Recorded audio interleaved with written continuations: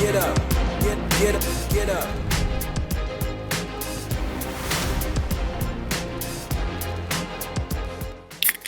Yep, it's going to be one of those episodes. Let's just rip the Band-Aid off. Let's talk about it as I pour myself here a nice cold Coors Light. The Mets had a bad series. The Mets had a really, really bad series against the Nationals. There's no way around it. It's very frustrating. We're going to talk about it briefly. There's no reason to dive deep into these games as we have before. You guys watched them. You saw them. You went through it just like we did.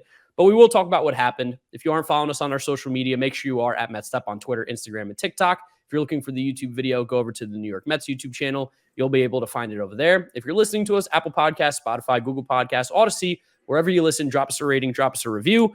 James, I know you're out in Columbus. I'm sure you had a good time. We'll divulge into that a little bit later, maybe. But I mean, let's just rip this Band-Aid off and talk about one of the most disappointing series of the year.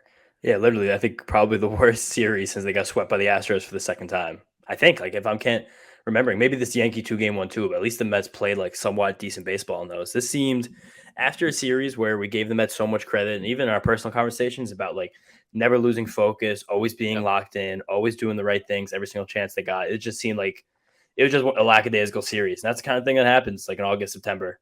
You wish it wouldn't happen. Yeah, you wish it wouldn't happen to a team that has the second best record in baseball that needs every single win possible to win their division and get that coveted first round bye, avoid the best of three. But it was bad. There's no two-way slice up. This was really bad baseball. Yeah, I mean, like they won game one and it felt good. It felt good after game one, like no doubt. The game wasn't necessarily like domination. Like the final score was 7-3, 7-4, I think, or 7-3 it was. And it wasn't like a dominant game. I don't want to say, because like Peterson did have his ups and downs a little bit. He wasn't necessarily as smooth as he has been in the past, but at least the Mets bats were there, and the Mets were smacking around Josiah Gray. They smacked around the Nationals bullpen. They were able to get those runs on the board and show like, oh, we're just better than the Nationals. But it did feel like that feeling of, oh, we don't even have to necessarily play well to beat the Nationals, maybe carried into game 2 and 3 as well. I mean, Friday night was not, I mean, you kind of alluded to this. It wasn't like an easy win. This wasn't like a win where I'm confident we're better than this team. It was just like, you won a game because you had better players. But there was plenty of moments in that game where it couldn't have gotten that way. Josiah Gray didn't come out for that last inning. If he would have just gotten yanked the inning before, like he probably should have. Yeah. Because he was kind of getting by without being that effective. I think he had more walks than strikeouts, which is a pretty bad thing to be doing. And David Peterson also had a lot of tense moments. He pitched very well overall, and we'll talk about him briefly, but there were a lot of moments where there were a lot of men on base, which these are like, he does this kind of David Peterson mantra, a couple walks, lots of hits, just lots of balls in play whenever he wasn't throwing his slider. And it could have been different early, and then where it wound up that we just kind of outlasted them, won it late. But even that one win was it wasn't as comfortable as it should have been. Yeah, if I want to pull a silver lining out of this, I think the growth of David Peterson, I think we've seen it every single start. And again, like we just alluded to, that he didn't necessarily pitch his best. The slider was still disgusting, which we know is just one of the best sliders in baseball, especially from a lefty. And then 2, I think these are starts in the past where David Peterson might have had a tendency to get down on himself, let the emotions get the best of him, maybe crumble a little bit. And this one, he really did battle through it. Because again, it wasn't easy, but it wasn't bad. Like he gave up 3 earned runs. Like that's acceptable, especially when you don't have your good stuff. And this is like broken record stuff, because we've been saying this a lot about how much David Peterson has grown. And the big thing I've seen in his growth, along with just changing up his pitch mix and his strategies a little bit, is finding ways to get out of those innings and not letting himself spiral, not letting the emotion seep into the game, and just staying on. And this game, like, he did a great job with that, because like second, third inning, there was traffic, a lot of tense pitches, a lot of stress. He ended up getting to the 6th inning, not making it through. The final line was 5 1/3, 6 Ks, 1 walk, 8 hits, 3 earned. So those 8 hits was a lot like that. But it wasn't like, I don't know, plenty of balls were hit hard, but also plenty were not. It was just, this was a game, a regular game. It was baseball. It was a lot of baseball. But the saving grace always with him, now past the mental development, is the slider. He had 11 whiffs on 19 swings, mostly against righties. It was a very right-handed heavy lineup. The Nationals threw out him, but it's incredible that he's found a way to just completely neutralize righties because of how good that pitch is. Yeah, it's so tough with the split too. Yep, and this was the most slider whiffs in any start he's had this year. Also second most in his career, dating back to that dominant start he had September of 2020 against Atlanta. That was 14 whiffs. It's just, it was an unhittable pitch, and he had very good command of it. His fastball and changeup were good enough to get through when he had to. And he did get knocked out on that double by Vargas. I forgot his first name. Ildemaro. You forgot Ildemaro's first name? That's like, I thought it was Ildemaro, but wasn't he not in the Nationals like last year? He was a Diamondback. I didn't want to think that he jumped teams. I'm not going to assume Ildemaro. No, you were correct. Ildemaro started off with the Diamondbacks, Mhm. and then he went to the Twins for a brief time, the Cubs, the Pirates, back to the Diamondbacks, back to the Cubs, and now to the Nationals. I remember Yeah. seeing Ildemaro Vargas' name on MLB The Show, which I'm an avid player of, and I Former was influencer. former MLB The Show content creator, might be again someday, but I saw that name and I was like, that's a name I just simply will never forget. Like, name a random player, Ildemaro Vargas, him and Domingo Leyba. Those are two names that just like I'll Domingo never Leyba. forget. Yeah. I always loved Guillermo Mota. I always thought that was such a cool name. Oh, Guillermo Mota. Talk about a guy that like I hated Yeah, Guillermo Mota. And me then he came to too. the Mets and was good. Yeah.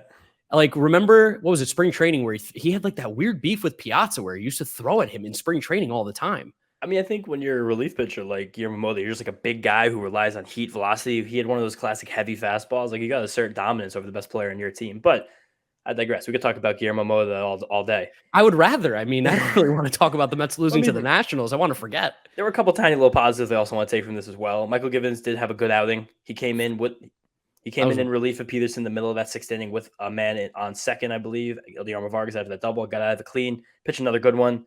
That was cool. Escobar home run from the right side. Pete had a home run to break the tie. Josiah Gray just loves giving up home runs. And then this was a fine game. Yes, it was a fine game. The Mets won, as they should. Game 2, game 3, as we know, the story changes. We're not going to go through play-by-play, inning by inning with these ones because it's just, you guys know it. And I've talked to some people this weekend or during the week when I was at the games. Some people were like, yeah, the loss episodes, they're tough just because, like, I got to go through everything over and over again. It's like you're pouring salt in the wound, and I get it. And I feel like this one in particular, don't want to focus as much on the losses as maybe we have in the past, just because me and you both, I don't feel like have done like the sigh, like the deep breath sigh. It was just super disappointing. It was super frustrating. It was one of the few times this year where I've felt frustrated watching the Mets. And it was just because the bats weren't there. Scherzer pitched well, but obviously came out of the game early. Carrasco on his side, maybe he wasn't ready. I don't know. He just wasn't sharp. Like, there was just things that made this so frustrating on top of the fact that the Mets weren't swinging the bats at all. Yeah, I was blessed on Saturday. This game was on the exact same time as Ohio State-Notre Dame. Yeah. And there's absolutely no service inside of Ohio Stadium because there's like 110,000 people in the stadium, probably another 15,000 in the parking lot at the bars around it. So it's like, it's complete chaos. And also because everyone's tickets are on their phone now. That's a change since I was a student. So I knew everyone's going to have service. So I kept the Ticketmaster link open up all day. And then like 10 minutes before we were about to walk in. Well, first of all, I realized I didn't have it. I exited. I was like, oh, crap. I left the tailgate I was at. I went to a hotel by campus, famous hotel called the Blackwell. Got on their Wi-Fi, got the tickets back. Heady move. And then I went back and I'm showing my friend, like, I got 2 tickets right here. And accidentally, when I clicked the screen, I went back. I did like a half a swipe. And we looked at each other like, and then we literally hustled. Like, we like went on foot, like trudged through like shrubs and like grass, like got enough away to get service and then got it, and then ran back in. But I didn't know any of this happened until like literally like midnight. Like, I didn't know Scherzer left the game. I didn't realize that like the floodgates opened against the bullpen. I was just like, damn, I really would have liked to win this one. Because we were also similar to the DeGrom start against Washington that we were at. We were some of the biggest favorites in a game all year. I hate that so much. I know. We were over like minus 400 in the money line. So you would have had to bet baseball game? The line closed at minus 420. So you would have had to bet $420 in the Mets to win $100. Which is just like, in baseball, that's never a good bet. As much as, the Mets should have won this game, though. I think that just shows even more. And like, it sucks because Scherzer like was cruising. He kind of was good. And then he just felt his left side. It didn't feel great. Got to trust him. The dude's a veteran. He clearly knows his body better than anybody else. So we got to side on the air of caution here. And he was just like, you know what? I think it's best to come out of this game. And it felt like at the time that might have maybe like deflated. Taking the wind out of the sails? Yeah, there we go. I'm figuring out the sayings here. Phrase guy. Yeah, it's phrase guy. But like from that moment on, it just felt different. Felt different in the stadium. Felt different like watching the team. They're just, again, it felt just very much going through the motions these last 2 games, especially the second half of game 2. Like, there really is no excuse not to hit Patrick Corbin. They didn't. It stinks. And I don't know why either. I really can't figure out why they didn't. Because like, this team is good offensively. So why not hitting Patrick Corbin or even Eric Fetty for the matter of the fact, guys who they've smacked all year? Like, they're just not good pitchers. There's also been plenty of times though where each of those guys, since they've been on these teams, have had the Mets number. And I also know that like Corbin has been trending up of late. Like he's not been like the Patrick Corbin he ever like used to be. Yeah. But he's not terrible anymore. Like I guess he actually has been pretty awful still. I thought like well, I was waiting. I was like, well, I mean, he's been so bad. What am I saying? I mean, his last 4 starts, he's been competent. Yeah, and I mean, he had a great start against them in game 2, which is and he's been throwing a lot more sinkers, and the Mets seem to just be hitting a lot of sinkers to the ground. I didn't watch the game, so I parsed through it a lot more like statistically than I have been recently. Like the Scherzer stuff, I still feel okay about because like his velo and his spin were pretty okay towards the end of his start. So again, just like trust Max, do what you got to do. And that kind of left the bullpen sim like just like struggling to patch it together. Ottavino gave up his first run since August 17th. Still really good. No, incredible. No, but like solo home run to Lane Thomas. He's given up 6 of the last 7 earned runs he's allowed are all on individual solo home runs. Interesting. Isn't that weird? That is weird. I guess it's just, it's one of those things like a guy with like that kind of spin and stuff can be susceptible to the long ball too. Yeah, especially when one just sticks out there. And I know like it also those Ottavino runs date all the way back to May. Okay, yeah, those that's a long runs. time. Yeah, it's been lights out. I will say in like the hullabaloo that has been Mets social media recently with these last 2 games, I will say I'm glad to see that no one's like calling for Ottavino because like he's just been so cash money. He's so good. You're going to give up runs. Like at the end of the day, the Mets scored 1 run off of Patrick Corbin in the Nationals bullpen. Like that's just you don't win a lot of games scoring 1 run, and especially when you're playing Patrick Corbin. Like that's it's cool that Bryce Montes de Oca. Yeah, is it Oca or Osa? Bryce Montes de Oca. Yeah. Oca. Do you remember when we were in Brooklyn last year when we were doing the interviews? Mm-hmm. He was there, which is cool because that's been a quick come up for Bryce Montes de Oca. That was one of the guys because I looked through the rosters. I'm like, that's a fun name. That's a name I like. Montes de Oca. The dude is an absolute unit, and he throws heat. Like he had that nice 100-mile-an-hour slider that had a sinker that had movement. Color sat 93, 95, and the slider that was 86 to 88 that had a little bit more movement. I mean, I think kind of like hilariously, like he has almost the exact same profile as Colin Holderman, who we traded away a month ago, and he just throws a little bit harder on every pitch. Yeah, like I'm interested to see what he can do. Young guy, we saw him come up all the way from Brooklyn, like we said. So if we're going to take a silver lining out of that game, Bryce Montes de Oca. Some good stuff because, as we know, the 9th inning got away from us really quickly, and we don't have to talk about that much. No, yeah, whatever. Game 3. Game 3 real quick. I mentioned it earlier. It seems like Carrasco just wasn't right. I don't want to say he wasn't ready because we don't know. No, I mean, what happened with Carrasco is the command wasn't there. Like the velocity, the stuff was all there. And then people say, like a lot of research shows that when a pitcher is returning from injury, depending on the severity, it's easier for your stuff to come back before your command. And Carrasco is the guy who very much relies on command. He lives in the shadow of the zone. His chase rate's amazing. His sinker, his fastball, and his slider all just, he couldn't hit a spot. He was getting some with the changeup, but it was just all 3 of those pitches. They were either out of the strike zone or in the heart of the zone. It wasn't the Carrasco we've seen all year. And I'm not going to speculate what happened. Just like that is what happened. Yeah, he just didn't have his stuff. Trevor Williams came in for him afterwards. Trevor Williams was solid. Did give up a run, though. Gave up a 2-run homer to Cesar Hernandez, who hadn't hit one in like 500 plate appearances. So, yeah. And coming off our Jinx episode, no one jinxed that, right? No. Nobody said anything about Cesar Hernandez. I mean, he's a Met killer. We knew that from when he was with Philly. Like he puts up numbers against the Mets. And I know you're a fan of him as a ball player too. He's a fine ball player. I'm a big fan of him because when you play like the deep fantasy baseball leagues, you love having a Cesar Hernandez in the mix, who can he's going to get 500 at bats. It's like he's going to hit 265. He's going to score like 80 runs. Like he's like the blandest kind of oatmeal. Like he's oatmeal without seasoning. Like he's oatmeal without fruit, without sugar, without maple syrup. He's literally plain oatmeal. But like sometimes it just helps you poop. I know you were in a lot of deep fantasy leagues. Cesar Hernandez on any of those rosters? Yep, I'm in there's a fantasy baseball game style on the NFBC, which is like a high profile fantasy site. It's called the Draft and Hold, where you do a 50-person draft, like not like 50 players in a 15-team league, and there's no waivers the entire season. Wow. And that's as team I have Cesar on. He's been like a great plug and play guy to get at bats. That team was doing so well all year until freaking Hader ruined me. Yeah, Hader's not been good, to say the least, since going to San Diego. Like, did the Brewers know? Also, Caleb Ferguson starting for the Dodgers? What's that? Got to be an opener situation thing, right? That's bizarre. Yeah, but they don't do many openers ever. That's weird. No, David Price, I think, is making a start too soon or something like that, which is also interesting.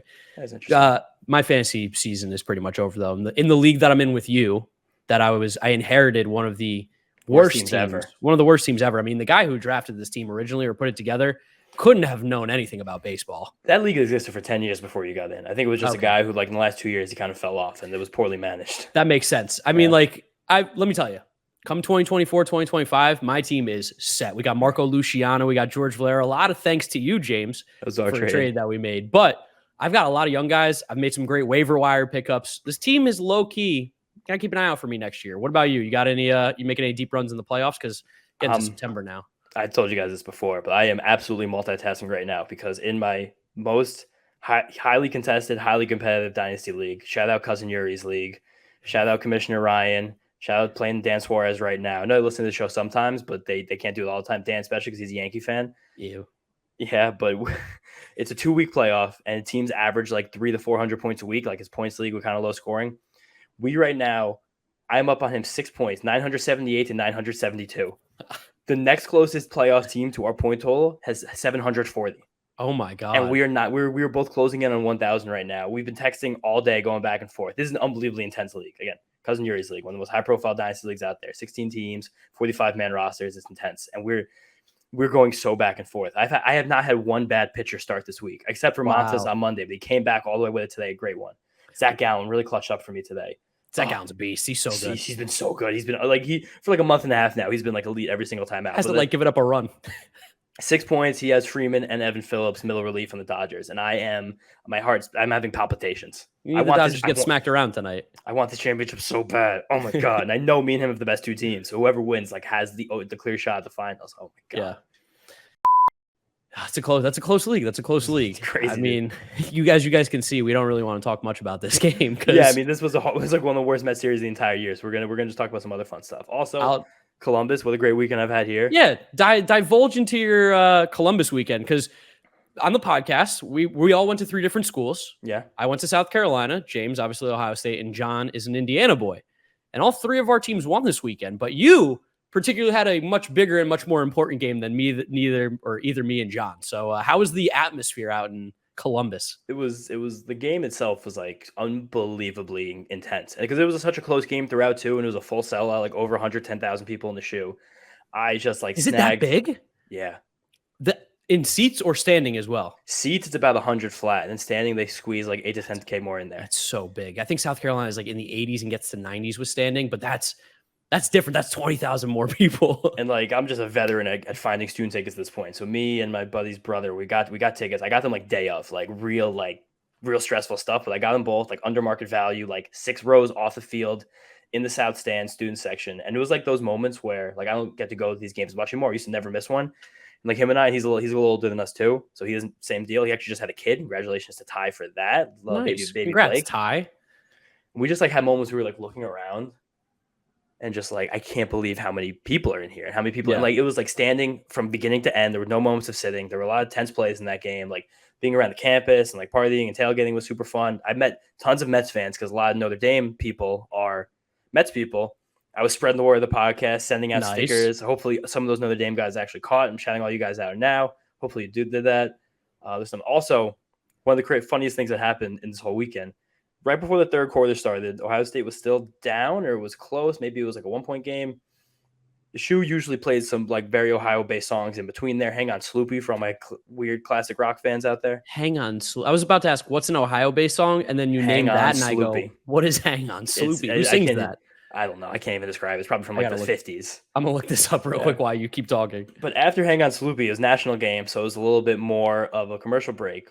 All of a sudden, because Ohio State is the best marching band on earth, the trumpet player walked out to the middle of the end zone with Brutus. And Brutus had like a fake trumpet too. And all of a sudden I hear da da da da. I was like, no way. My friend like started punching me. He's like, look what they're doing. Look what they're doing. Dude, it was the popular song around all college football. South Carolina, I think, did it. Alabama did. And I think even tweeted the Mets, like, how did we do? The trumpets are taking the world by storm. I mean, Timmy Trumpets and Blaster Jacks, I think, will be forever grateful to Edwin Diaz for making this like 3-4-year-old song like insanely popular. Fun breaking news for the Mets'd Up listeners. Wilmer Flores walk-off home run off David Robertson for the Giants to sweep the Phillies. Take that, everybody who wanted to trade for David Robertson. Robertson. I didn't even get his name right. I called him David Robinson, the Admiral. That would be incorrect. The Admiral. Yeah, but wonderful weekend being in Columbus. Like, you go to college at a big place like this where there's like so much spirit and like so much energy. I still have so many like friends that live here just because like Ohio. Columbus is like the Paris of Ohio. This is where everybody wants to wind up who like grew up here. So like still cool having tons of friends. Shout out Ross and Bob letting me stay at their house. Also two hilariously Ohio names. Ross and Bob. Ross and Bob, yeah. But just wonderful, wonderful weekend start to finish. Go back to your old favorite restaurants, your old favorite bars. The only thing is this terrible, and you might know this. You know that denim shirt I like wear everywhere all the time? I do, yes. I left it at the bar. I don't know if I'm going to get it back on Friday. It's gone. My friend who still lives here, she said she can go grab it for me. It says like 50-50 though. They might have it. Wow, that's I'm a shame. so sad, dude. It's a good shirt. It's a good shirt. Great shirt. I wear it everywhere. The classic James look. Yeah. But wonderful, wonderful weekend all together. Great excuse to not watch the Mets game on Saturday, watching an amazingly highly contested football game, and a lot of confidence for the rest of the season. Yeah, I'm a little jealous. I'm a little jealous because I had the opportunity to go, but I was going to go visit my girlfriend who lives in Texas. But instead, she got sick, so I couldn't go visit. After we really like changed up the stay accommodations and stuff. After you canceled the plans. And I mean, like you said, I think I would have enjoyed that a little bit more than watching the Mets lose. But that being said, I am seeing the panic start to set in on Twitter. I am starting to see the crazy, crazy takes really coming out the woodwork. There's a lot of give one. That the Mets offense stinks, that this team is just I'm going to read out some funny replies because I did get some really good ones, but this one in particular to me, I think was a really good way to sum how the season's been right now. And I think this was like probably one of the best put takes. This isn't a crazy one. This is like really good. And this comes from D Money. And he says, the problem with the season is not that the Mets aren't great, but that the Braves might be even greater. So we can't relax and enjoy this team.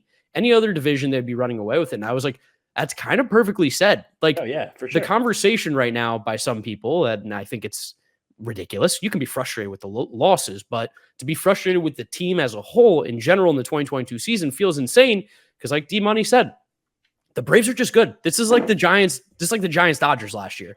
Dodgers lost the division with 100 wins. I wanted to talk about that because I think there are a lot of parallels to what's going on in this division, what happened in that division last year. And I had a galaxy brain take today in the shower thinking about it because last year, shower thoughts, it was such a bad situation, it seemed like, because whoever lost that divisional race was going to wind up in the one game wild card game. Okay.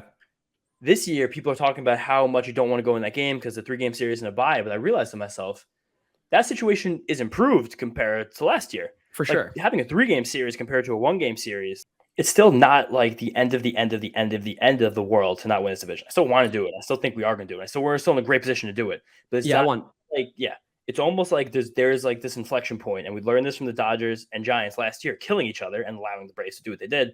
Just not like there's some kind of spot there where you almost lose future value by going too hard to do this division thing right now, And I don't know where that point is. I'm not making that decision. Not that there isn't even a decision to be made, but there's something in between there that you almost could do too much now and then ruin yourself later. Because the Giants wound up in that wildcard game last year. Logan Webb was an animal. Without Logan Webb ready for game one, the Dodgers had the advantage over them in the 5-game divisional series. And the Dodgers going crazy for the entire month of September, pushing their pitchers as far as they could to avoid that game. All their pitchers ran out of gas in that Braves series, and the Braves took control and the winning series. That is interesting. That's an interesting take. Yeah, I mean, like, I think this, like we said, it's kind of summed up perfectly. Like, both can be true. The Mets can be good and the Braves can be good, which I think at this point we know, like the choke thing is just it's not real. There's no choke going on here. Did they play bad against the Nationals this weekend? Oh, big time. Sure. 100%. There's no doubt about it. But that doesn't mean they're a bad team. It doesn't mean that they're going to continue to play bad. Like, this is still a very, very good team. Offensively, they're solid. They get hot and cold, just like every single team in Major League Baseball. The Braves have just been really good. And I think if it wasn't for the Braves, like, breathing down our necks here and having another one of the great years, like, the Mets are still having such a sick year. Like, you're going to win 100 games and people like are pretending like it's a choke job. Also, where do you think the Mets rank in total runs scored since August 1st? Since August 1st? Yeah. I mean, Twitter would tell you like 30th, but I'm going to go like 15th. 5th. Wow. Really? That's at the 5th. I mean, this isn't runs per game. It's harder for me to do that while I'm talking and doing this stuff right now because that'd be a little bit of math involved. But 5th in total runs scored, only behind, hilariously, the Arizona Diamondbacks, who have been hot. They've been scalding Yes. hot. Corbin Carroll, let's go. Over 66.5. The Atlanta Braves, Dodgers, and the St. Louis Cardinals. Hilariously, you don't even get an AL team until 8th, and that's the Red Sox, and then 9th is the Rays, who are also scalding hot right now. Yes. I mean, And 11th is the Kansas City Royals. Bizarre.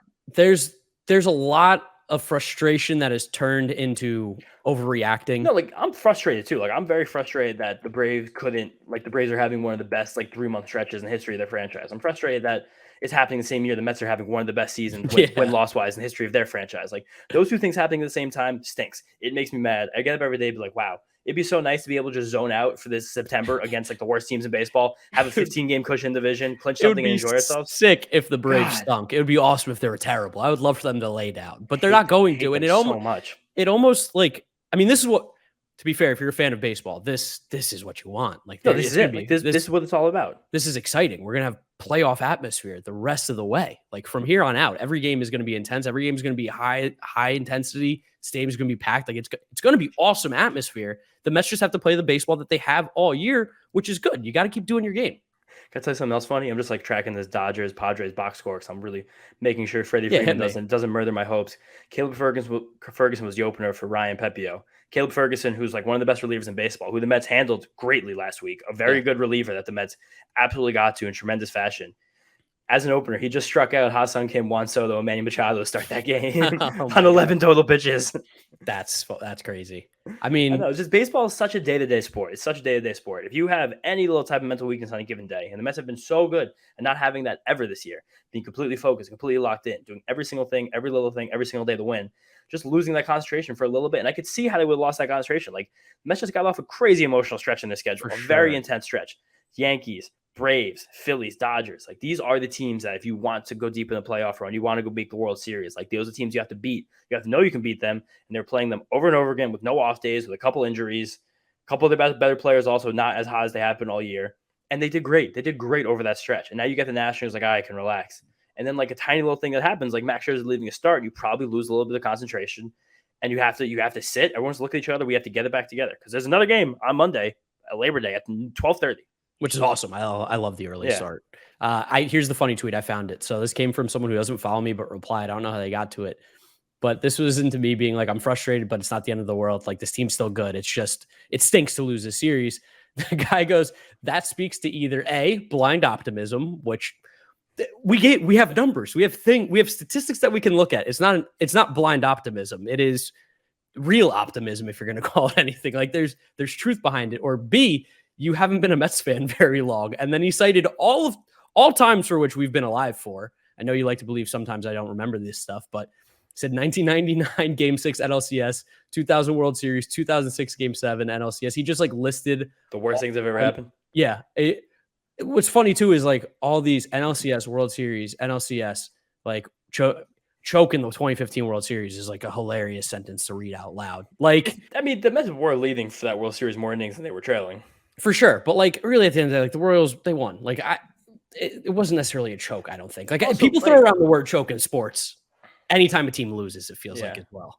But it's just like you're also pulling out like all of the only bad things that have ever happened. You know what I mean? Yeah. So it's like the only way to achieve success is to win a World Series. Like that is true, but it's also not true. Yeah, especially like the World Series is the end goal. That's what we all want. That's what the Mets want. That's what everybody who's working in this organization wants is World Series. And like I'm sure this guy like cited the fact like the Braves are amazing and like we can't stop them. We're choking the division away them. Like if you he didn't even say that. Of course. So if you look at the Mets and Braves right now, the Mets have a better record than them in the season. The Braves are of course on a 5-game winning streak. Oh my god, they don't lose. But like we have a winning record against them. Like we've beaten them more times than not. If the Mets haven't thoroughly handled the Braves this entire year, we'd literally be losing this division to them. Have a winning record against the Dodgers. Have a winning record against the Braves. Have dominated the National League East this year. Have been the best winning record against the Cardinals was a long time ago, but it still happened. Like split with the Yankees 2-2. Yeah. And if we saw Game 5, we know we win that one. Of course, 100%. No question about that. Padres are the only team who've had their number, and they can't even play right now. Yeah, and like the Astros and Mariners, which we got like not enough games against. Astros beat us, but the Mariners we got three. Yeah, but like blind optimism, definitely not. This team is legitimately good. That's me getting on my soapbox. But we share your frustration though with this series. I think it would be foolish of us to pretend like this series didn't stink, didn't frustrate us, but. That being said, we do have to move on. We don't want to talk about this anymore. It's a perfect time to bring in our guy, Johnny Stats, to talk to us a little bit about how he's feeling. And we got to talk Esti-Met too. Even though the Mets lost, we still got some fun around here. Always having fun. First and foremost, a cheers to all three college Cheers. football teams pulling up big dubs. Hoosiers with a massive victory. I'm sitting in the control room after fireworks on Friday. You have 10 more seconds to talk about the Hoosiers football. All right, I'll try to jam it in real quick. I'm sitting there by myself. It's like 11:45 p.m. And I watch Indiana put together a 75-yard drive to beat the Illini. Incredible vibes. I wish other people were around to celebrate, high five with, but it was awesome. That tough Illini football team that's spoken highly about year after year. Hey, they were 1-0. Now they're 1-1. I actually, right before you guys brought me in, I was just searching Instagram. Did you guys see what the Braves did today? We did. And Yep. I felt like bringing it up. I sent it to Mark. I wasn't going to talk about it. I mean, let's talk about it a little bit, right? Now, Let's talk about it. So, for those of you who don't know, the Braves, they're really feeling themselves. They're almost getting a little too high, on how high they feel about themselves. Wilson Contreras, we know he does the trumpets. It's lame. Like, shouldn't have even been an all-star, whatever. But after the Mets lost the series to the Nationals because they're in a rain delay, they're playing the game on the screen. They started playing the trumpets afterwards, to which that's an A+ troll job. You got to respect the troll when you see it. But man, oh man, that's just that's bad juju. That's bad energy. Like that's little brother syndrome all over again. And that's something that the defending world champions you think would be a little bit higher than. James? I don't know. It just seems like from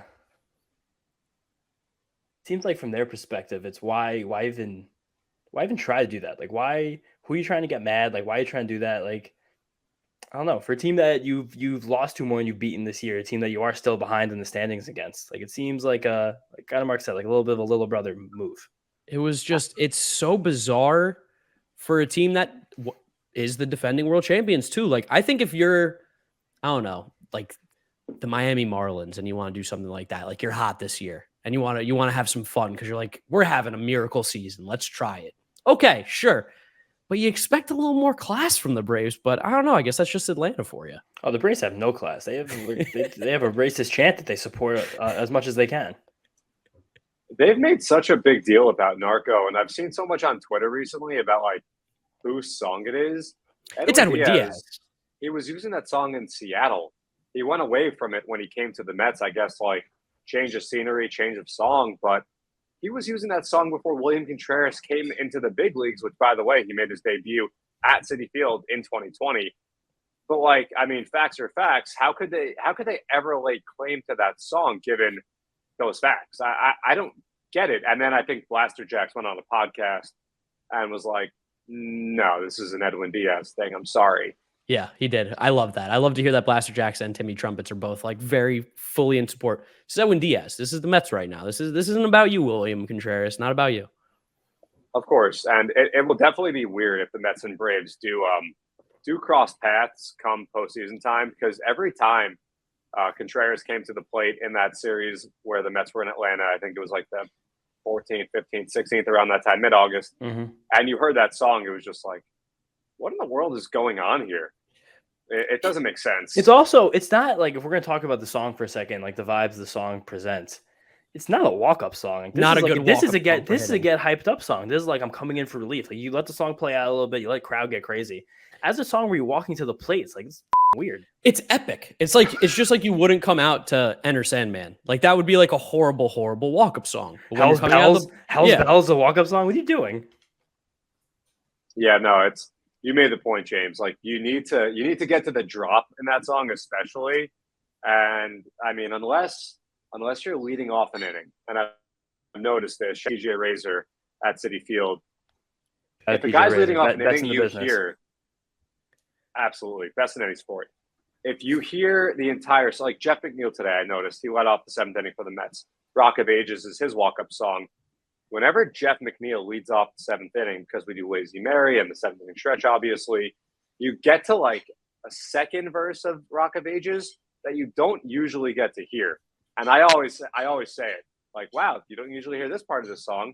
You get further in, but still, for a normal walk-up, like, you don't get that in. The entire essence of what trumpets is hearing the buildup. The trumpets leads to blaster jacks, and then you have the drop, and that's what makes the entire. That's the vibe. 100%. That's the vibe. So this debate, it's faux. It's a faux debate, and I think that the Braves will tell you that honestly. Like I think they're trying to stir the pot. For stir sure. it up. Of course. Sorry, but they're definitely just trying to stir it up and whatever. As for that troll, you guys know me. I respect a good troll, Of course. every now and again. Who doesn't? Yeah, so like it's kind of funny, but also at the same time, if they're actually serious about that being their thing, it's totally not their thing. You know whose thing is someone's? Luis Garcia's thing. Oh my God, I can't even believe this. Free swinger. Free swinger. I mean, that's not. there was two things in this though. One, he's a free swinger. He swings every single time he gets to the plate. He didn't see a ball for the first 2 games of the series. He hasn't seen a first pitch. He doesn't. Not one. Like he will swing at every first pitch. But the other thing was the Mets just kept throwing him strikes. Like throw him a ball one time. It was wild, and we were kind of on it in the control room. It was mentioned a time or two during the game, and yeah, I texted you guys this morning. He had seen through 9 plate appearances in the first 2 games of the series. He had seen 14 pitches and swung at 13 of them, and the only other one was a called strike. And Yeah, I in was case just you kind guys of trying. didn't know, I lost the Esti-Met for this Mark week. did lose the Esti-Met. James could have guessed. It was 1, right? Or no, he saw 3 balls. 3. He saw It 3 ended up balls. being Saw right. 3 balls in the end. That's like that's fake. How do you see 3 balls in 3 games? That doesn't even make sense. That's like, oh, he must have pinch hit. What are you gonna do? It's the way the cookie crumbles. It's And I think- unbelievable. And I think actually I know because I score the game and I keep balls and strikes when I score the game. They were all in 1 plate appearance. He went full. It was. And I think his 3rd or 4th plate appearance today, things kind of got a little gray towards the end there. But yeah, it was all in 1 plate appearance. And look, tip of the cap to Luis Garcia, who is probably going to be an issue moving forward. Like, guy's a good player. We said it when we got into the Esti-Met. The hit tool is there. Yep. And dude rakes, like, yeah, maybe mixing a ball or two. So he's not just Rakes is generous. He's a good hitter though. He I mean, raked for- in this series. for Yes. a 22-year-old. Well, because That's that's And New Yorker. I think a lot of And it a New too comes Yorker. down to not throwing strikes to him. Just don't throw. It's like almost like the Javi Baez thing. Like, why would you throw a strike to this guy? He hits it. Of course. And the book is out, and I'm sure that teams will adjust and teams will make him have to improve his patience. Yeah. But still, I mean, those numbers are crazy. And I texted you guys this also. We should have 26 Luis Garcias on every major team.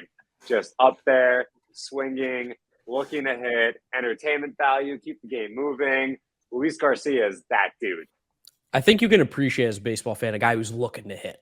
I like that saying. Like that's something I feel like when I was like coaching like 12 and 13-year-olds, which is funny to like bring a parallel to, but it's like, man, that kid wants to hit. And you can see it. And Luis Garcia, all he wants to do is hit. He has no interest in anything else. He's like, I'm here to hit. I want to swing the bat. I'm a good hitter. Let me do it. And His little league coaches must have been literally in love with him because he's never looking for a walk. I mean, he's a major league baseball player, but also he was probably like outside of that, he was probably sickened when he was like 11. He was probably so good.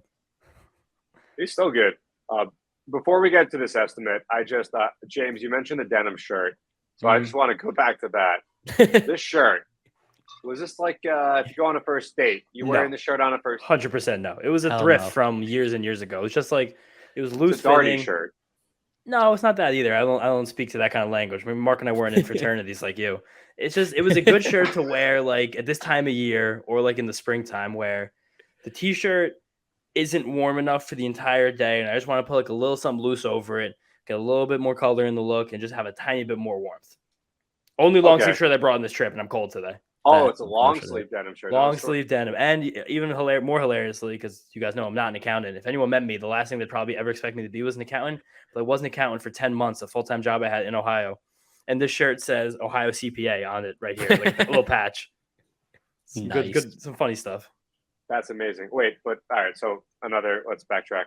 I dropped the word darty in there a second ago. Yeah. And you said we weren't in a frat like Yeah, we're you. not frat guys. Yeah. Is that a frat word? The way you Darty? said it, Like- it felt like it. I feel but like You when guys have me heard and the my word darty. No, I've heard it I've heard it. I've used it as well. from my but friends who were in frats. Okay. Yeah. It was just a Only- great moment to jump to pile on you. All right, but okay. So when you're day drinking, what are you calling it? What are you referencing it? As a 26-year-old, I'm going out. Yeah. You want to come over and have some drinks? That's what I was saying. During the day, you're saying, "Do you want to have some drink?" That's not having. Mark, some you'll drinks. love this too. We got hot with the dye yesterday at a tailgate. My friend's little brother is like, I'm missing dye. He lives in like the two big party streets in Ohio State are Chittenden and Lane, and those are the streets where like everybody and Frambies, I guess. Everyone knows each other. Everyone hangs out on their lawns. Everyone like plays drinking games on game days. And like me and my one buddy who lives out here still, shout out Mitch. He, as a 26-year-old, he went through a table, and someone at the game, someone showed his parents, and they were mortified. But I digress. Everyone's got a Mitch, by the way. I know a kid from South Carolina named Mitch. There's no chance he's listening to this. He was insane. He was nuts. He would do that Mitch kind is of crazy, stuff still to this day. We were playing Flip Cup. Mitch was like berating our friend's girlfriend, being like, come on. But we just had a great day in the die table, just ran through all like the 20-year-olds who thought they knew how to play. We were playing some good veteran die. Did you play the rules that we played on the terrace, or no, did you play standing rules? That's like baby die. Standing with FIFA. So that's kicks for a point. That's like easy. It was a fun game. We had some very tight ones, but I'm glad to know we did not lose. I'm missing die. Need a die day. Yeah. Do they use the term GDI in Ohio? I'm just curious. Have you guys heard that term? Yeah, well, they say G'd in South Carolina. You're G'd. a G'd. Yeah, same thing. All right. We don't have to get into G'd and all that stuff. I've actually never played die. I don't know what that says about me. I think it just says you're a little bit older than us. Yeah.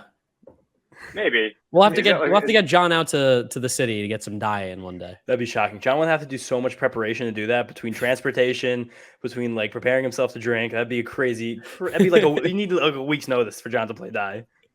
Probably. I mean, when I hear the word die, I'm thinking Jermaine die. I don't know if that says a lot about me. White Sox, that's the first thing that comes to mind when I hear player. die. Great player. Fantastic player. That foul ball off his shin still skeeves me out. Jeez. James, I was just checking. Indiana, Ohio State, November 12th. So we'll definitely have to think of something good. Yeah. That will be after the season. We'll be needing to come up with some sort of content. So that'll be like a week after the parade too. So enough time to decompress. Exactly. A week after the parade. I like that. Good way to sneak that in there. That was good. I like that. Well, before the parade, the Mets are going to Yinzerland, Pittsburgh. Have you guys been to Pittsburgh, by the way? I love it. I never. I tried to stack it on top of this trip, but I couldn't find a way to make it happen.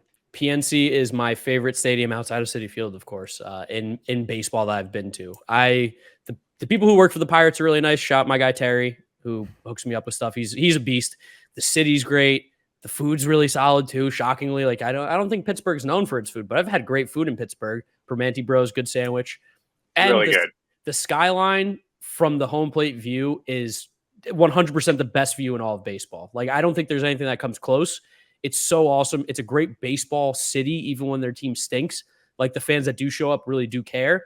And the thing that I love the most, and this is something that like I like about Atlanta, I like about Fenway, is that before the game, you can get there 4, 5, 6 hours before, and there's restaurants, there's bars, they close down the roads. So it's just like one big tailgate party that you just like walk into the stadium whenever you want. The vibes are incredible. Jealous couldn't make it out to Pittsburgh this year because that's one that I try to make a trip to now. Yeah. Yeah, I only went. My only time in Pittsburgh, I unfortunately was at the 2010 AFC title game. Oh my God, you were at that game? I was at that. I mean, after the Jets beat the Patriots, this was a while ago, and I was in a position where I could just pick up and go to Pittsburgh to see the Jets play in the AFC title game. So yeah, my friends and I got in the car and we went to Pittsburgh. And Brian Schottenheimer, shout out Brian Schottenheimer. Ruined probably the year. I mean, that was a bad experience. Although I'm not even a Jets fan, and I'm getting like PTSD here in the name Brian Schottenheimer. Dude, that game was ridiculous because the Jets went down a lot early, and they came all the way back as far as they could. They had one last drive and a deep pass at the end of the game. They couldn't make it happen. Yeah, what I remember most about that, other than obviously the game and the loss itself, was the party. The tailgate was incredible. Like Pittsburgh Steelers fans, they were kind of they were a mixed bag. Like some of them were awful and the worst. And yins is a dumb word, and I don't get that, and I never will. I'll never understand that. It's just like did you when you were there? Did you try IC Light, Pittsburgh's defined light beer? No free ads, but oh my God, is it bad? Did not. It did not. Did at Permanente Bros. Stayed at I don't want to say it because you guys make fun of me. I Stayed at a can't. frat house at Pitt. There it is. Yeah. Yes. Brother, I did mean, you look, do the it was- handshake to get in? Wait, Johnny Frats. That's another one we can throw on to his Johnny- nickname Johnny list. Johnny Greek. Way too much ammo. Greek John. Grease one time. Way too much ammo. But yeah, no. I mean, Pittsburgh's cool. What I respect about Pittsburgh is their passion for sports. Like, For sure. here's my hockey reference. Their in-market hockey ratings are the best in the league, no matter what. And obviously, like the Penguins have been good for a while, but they love their sports teams, and I respect that. I can't hate that. Definitely. Like, that's cool. That's cool. And they love O'Neal Cruz, and what's not to love about O'Neal Cruz? And that right there gets us to estimate. John, maybe his 190 batting average. Do you know anything Oh, about baseball? James talking batting average? James. I'm joking. No, because All literally I was talking to a Pirates fan yesterday, and I was just trying to promote the podcast, and he was like, "I can't stand all this stuff about O'Neal Cruz. It's ridiculous. The guy's hitting 190. I can't believe how good people think he is." I'm like, "All right, dude. Yeah, you're right." And I just walked away. Yeah. I'm like, I can't talk to you anymore. Tell me when you can hit a ball 120 miles an hour. And tell me you could throw a ball 98 in the infield. Did you know that? Do you know where this is going? I don't That's a know. good Where's it going? segue. That's a good segue. All right. So after Luis Garcia saw 26 pitches, swung at 20 of them, and saw just 3 balls, 20 out of 26. It's unbelievable. Legendary. This estimate this week is going to be what will be the fastest throw recorded by an infielder. And I do have to caveat this because Rodolfo Castro also has a cannon. He's And a beast. I was looking. I love Rodolfo Castro. What's his number? We should give him a call. I was looking at the Pirates game today, and I was just curious to see like what, where might we expect this to land. And he actually had a faster throw than O'Neal Cruz did today. O'Neal Cruz's fastest throw, according to StatCast this season, 97.9 miles an hour. That was on a relay throw, so he had some time to receive, take a couple steps, throw it to the catcher. This could be just a regular throw across the diamond. I'm looking right now. I think his normal putout from shortstop is 97.8. That's crazy. So, I mean, that's insane. Rafael Furcal had a real cannon, right? I feel Really? like That's such a little guy, though. You're giving me flashbacks too. What are these names you guys are throwing out there today? Rafael Furcal is someone who doesn't get enough love in the grand scheme of was baseball. great. That guy was a ball player and he killed the Mets forever. And I think Sean Dunson was another guy. I mean, this is like kind of before my time, definitely before your guys' Yeah, time. definitely. He was another dude who was known for being a shortstop with an absolute cannon from deep in the hole. And now that's O'Neal Cruz. So as the Mets head to Pittsburgh for the 3-game series, the fastest throw in this series. James, do you have a pen and pencil out there? I know that you're in a college town, so there's a lot of there you go. Every Did you visit the book? time I come to Columbus, I just I think about like the alternate timeline if I would have just like stayed here and like hung out here with my friends, because I'm in this unbelievable like 2-bathroom apartment with Don't a tell me how much with a it washer, is. dryer, and a balcony, and a Free. gym, and a pool. They pay you to live there. Guess how much the 2-person rent is? That should have been the estimate. What's the average monthly rent in the city of Pittsburgh? I was telling the college kids like my New York amenities and rent. When I told my friend's girlfriend I didn't have a dishwasher for the last 2 years the other day, she looked at me like I killed her brother.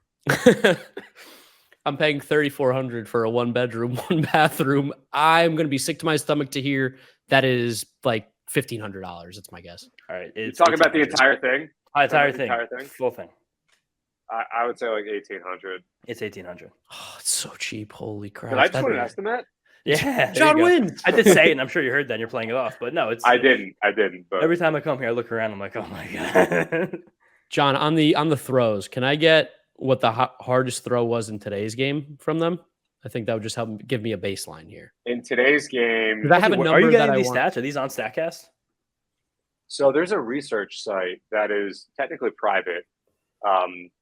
Is it SIS? No, it's not. No, it's through MLB. The fastest throw in that game today was Rodolfo Castro, 86.6 across the diamond. Oh wow! Okay, Well, it changes. there's It the changes vote. everything. There's a about Y. what I Yeah. do. A spectrum. Oh man, do you play it safe and you go high and you're like, he's good. He has a cannon. All it takes is one throw. It doesn't need to be one game. Just one game in this series. He needs to make one spectacular throw. I'm gonna go with the number that came into my head originally. And your gut? I'm gonna go with my gut, which has never steered me wrong before. Are we going to the I got mine. 10th, 100ths?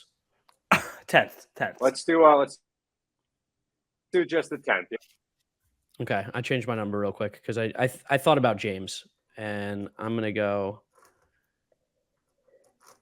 I thought about Mark, James this is on this big. one Mark, here. I might change Mark, it too. I was reading the comments, Mark, which they say don't do, but I was doing after last episode. A lot of people want to see you in the talks. I knew I it. know. I'm the favorite. Arch Mr. Fame. Yeah, Hollywood. Content guy over here. I mean, it'll make for a great video, not only for this, but I will make a video out of that for my YouTube channel as well, wearing a tuxedo at a baseball game. So I've got my number. I'm really playing that I read James right here, and I might have bought myself some space. So Okay. ready to roll? Yeah. Count it down, John. All right, here we go. In 3, 2, 1. What do you got? 90.5. I read James right. Damn, Okay. I had Going under. 93.5 and I switched it. Wow, 93.5 would have That's locked me up. awesome, because I was going to go 96.9 originally. That's what I Nice. had. Yeah, nice, of course. But 94.6, I said James is gonna go in the 90s. That's what I thought was he's gonna go like 90.6, something like that. And I'm glad you went low because that bought me some space. Because now anything above 94, I just win. Yeah, so that only how many throws have been that this year? Like O'Neal One whole Cruz, league. he's a magic man. He can do whatever. He could do it. He's done it before. John, here's a Again. question. Would that throw have counted on a relay, or does it have to be an infield throw? Any throw. Any Any throw counts. from any Relay defensive player. throw, Yeah. a routine 6-3. So I have everything below 90. I'm here. Anything that is not supernatural, I win. Yeah. And I Okay. mean, you still get 91 too. Like you get 91 as well. And I get up to 93.5. I'm looking. Yeah. No, I get 93.5. I'm 94.6. Oh, I thought you were 96.4. My bad. No. This just sounds like we're giving a bunch of. I have to radio 92. I have up to stations. 92. All right, Fuck. I'll take 92. That's the estimate. That's Damn, the if I would have stuck estimate. 93.5, I would have murdered you. Oh, I know. Man, damn it. We got to Okay. keep things close. We want to play meaningful estimate in September. That's what it's all about, I think. No, we don't. It's 8.5, right? It's 8.5. Yeah. It is 8-5. Yeah, that was. We're getting a graphic, I right, mean- Johnny? We're definitely getting a graphic. Yeah, Okay. an animated graphic too with Ooh. dancing Mark and James heads. Yeah. And I mean, for me, that's a W. a But yeah, everyone out there, relax. To quote Aaron Rodgers, relax. John, you are quoting a known drug user on this podcast? Mr. James, I'm gonna Ayahuasca have to- himself? I'm gonna have to offline with you about the fantasy football draft.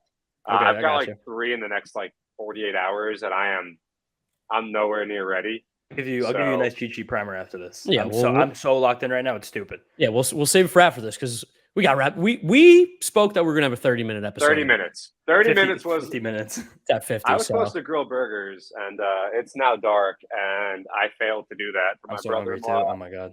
and my wife, and they're probably mad at me. So kick me out, wrap it up.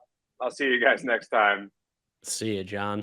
Smell you later. All right, let's go ahead and wrap this episode up with a preview of the Pirates. As you guys know, Oh my god, we still have to do more content. Oh my god, I forgot. let's just talk about the Pirates real quick. I mean, Yeah. give us the matchups, and we'll talk about like a player that's not named O'Neal Cruz or Rodolfo Castro that we like.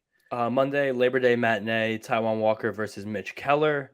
Tuesday evening, 6:35 starts this week, guys. On Tuesday and Wednesday, Jacob deGrom versus Bryce Wilson. That might. Is it 6:35 or I got 6:35. Oh, I'm not. okay, I know you're not good with time zones. I'm not good with time. Ohio should be central. Like that's so far No. away. Oh, Central doesn't even start till Chicago. We still got a lot of miles west of us to get to Central. Indiana's not central.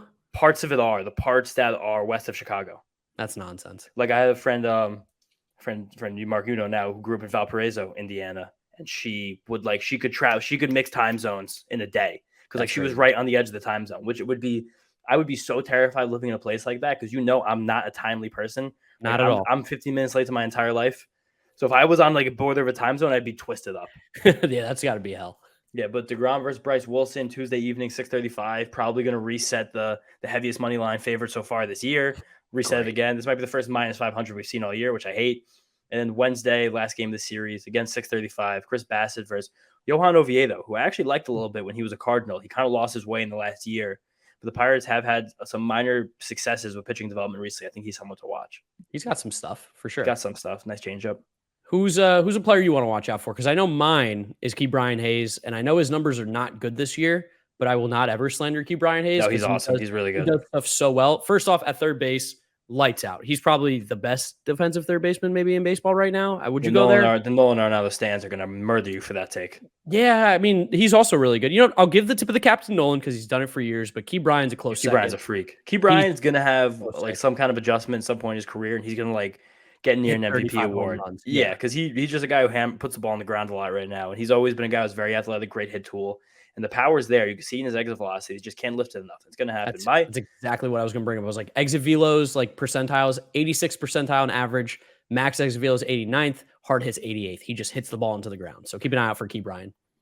The Pirates also just picked up Robert Stevenson, a guy who was cut a few weeks ago, and we thought would be yeah. And so this is one of the first waiver claims they grabbed him. So that's interesting when you see a guy who's DFA'd and one of the first able teams grabs him. But it stinks because like my players to watch are not going to be playing the series against the Mets. Like I love Roansy Contreras, as you know. I just think he has all the tools to be a good pitcher. His fastball is still coming along, but he has a fantastic slider, and the fastball can be good, but sometimes he doesn't get enough backspin. It kind of varies a little bit. He could be a guy who I think develops a cutter or a sinker in the next few years.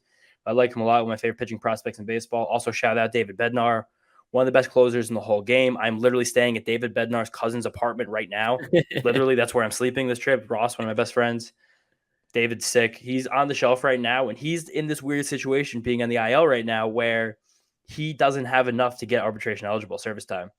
So he is a situation right now where it seems like the Pirates are trying to do some Pirate stuff, and he could be. He has millions of dollars on the line depending on how much he pitches the rest of this year. And it seems like they are taking their time. And he'll still get out of free agency in the 6 years, but he will then only be arbitration eligible for 2 years, which dramatically limits your earning potential, especially as a reliever. That's tough for David. I'm rooting for you, David. Yeah, I was with his whole family yesterday, so we're all really pulling for David to get that service time and get those millions of dollars that he deserves. But as a guy, in terms of a guy playing the series, I said it before, but I am a fan of Rodolfo Castro. He just has like one of those like hilarious like infielder bodies where he like looks like a fire hydrant.